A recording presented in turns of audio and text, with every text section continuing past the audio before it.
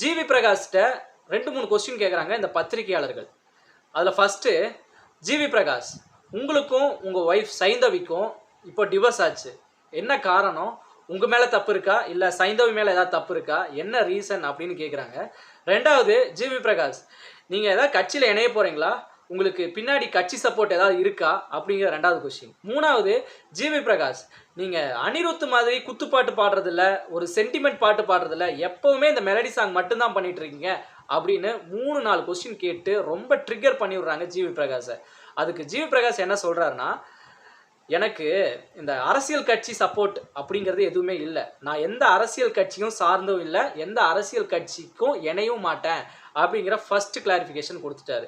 ரெண்டாவது, நான் melody song அதிகமாக பண்ணுறதுக்கு காரணம் என்னோட எமோஷன்ஸ், எனக்கு உள்ள நிறைய எமோஷன்ஸ் இருக்குது, அந்த எமோஷன்ஸ் வெளியே அப்படியே மெலடி சாங்காக மட்டும்தான் வருமே தவிர இந்த குத்துப்பாட்டு பாடுறதுக்கெலாம் நான் வரல அப்படின்னு ரெண்டாவது கொஸ்டின் பதில் சொல்லிட்டாரு. மூணாவது, எனக்கும் என் ஒய்ஃப் சைந்தவிக்கும் டிவோர்ஸ் ஆச்சு, உண்மைதான்.